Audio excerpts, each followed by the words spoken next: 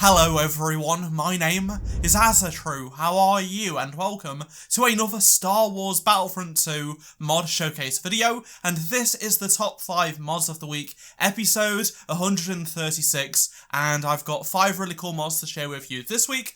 Hello everyone, my name is Azatru. How are you, and welcome to another Star Wars Battlefront 2 mod showcase video. And this is the top 5 mods of the week, episode 69. But before we do take a look at this week's mods, here are the results of the poll you participated in last week. So around 5,000 of you voted, and the winner was the Death Watch Overhaul with 66%, followed by the Snowspeeder Pilot Luke Skywalker mod with 12%, with the Bofa Squad Art Trooper as well in joint second. And surprisingly, because it was such an amazing model, the Pod Racer only got 7%, and the improved Confederate vehicles took 3%. Remember, if you do want to participate in this week's votes, make sure you watch until the end of the video, then head on over to my channel page, go to the community tab, and the vote will be there.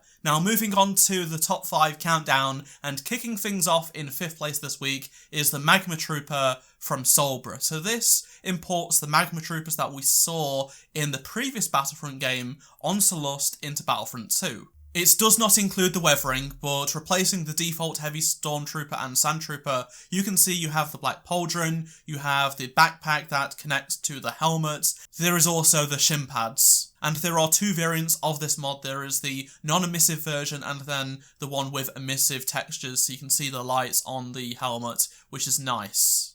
In 4th place this week, I've got the Defcon Legions 74th Medical Corps from Stallion and Butch. So this mod replaces the 181st Phase 2 Troopers for the Assault, Heavy, Officer and Specialist class with the 74th Medical Corps of the Defcon Legions.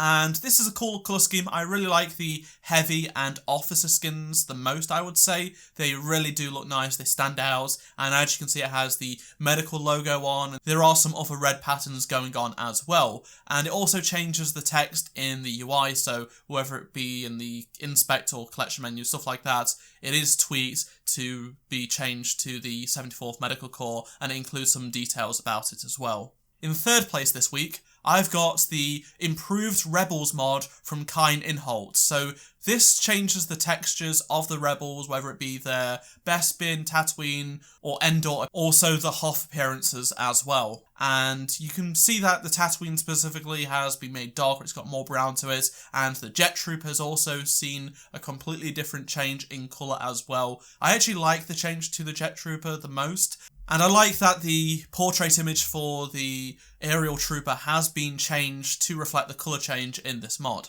And then there are 2 Twi'lek variations, so there is a green and a yellow, which kind of looks a little bit too greenish to me. I would have liked to have seen something a bit more yellow, but nevertheless, those are 2 cool additions if you're into that. The runner-up for this top 5 mods of the week episode is the AK-74M mod from Eric M1999. So this replaces the A280 with the AK-74, and then you have the AK-74M replacing the A280C. And this includes a lot of really cool customization. But before we do take a look at the different modifications you can make to it, here is the sound effects of both of the weapons, and it sounds awesome.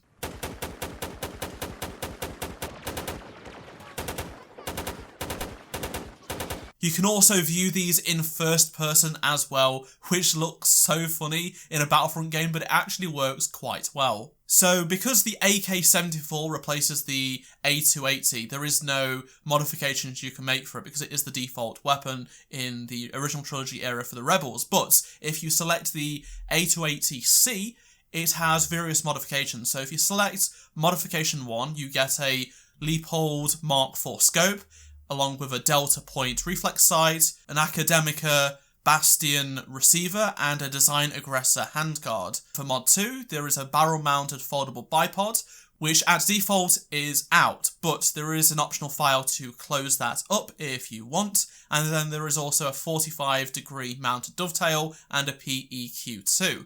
And then Mod 3 allows for an AK-12 stock, an AK-12 magazine with visible bullets, KGB MG47 pistol grip, and a Zenit DTK-1 muzzle. And the winner of this top 5 mods of the week episode is the Roman Mandalorian mod from the Asian Redneck. And this is absolutely awesome. The modelling work going on display here is incredible. So this replaces Obi-Wan with a Roman Mandalorian, and it works best with his third skin. As you can see, there is a custom mesh which has really cool armour, whether it be the shoulder pads, the helmet, the chest piece, the torso piece is just incredible, and you also have the skirt and stuff like that. It looks fantastic. You also get a sword as well, which works great because it just replaces the lightsaber.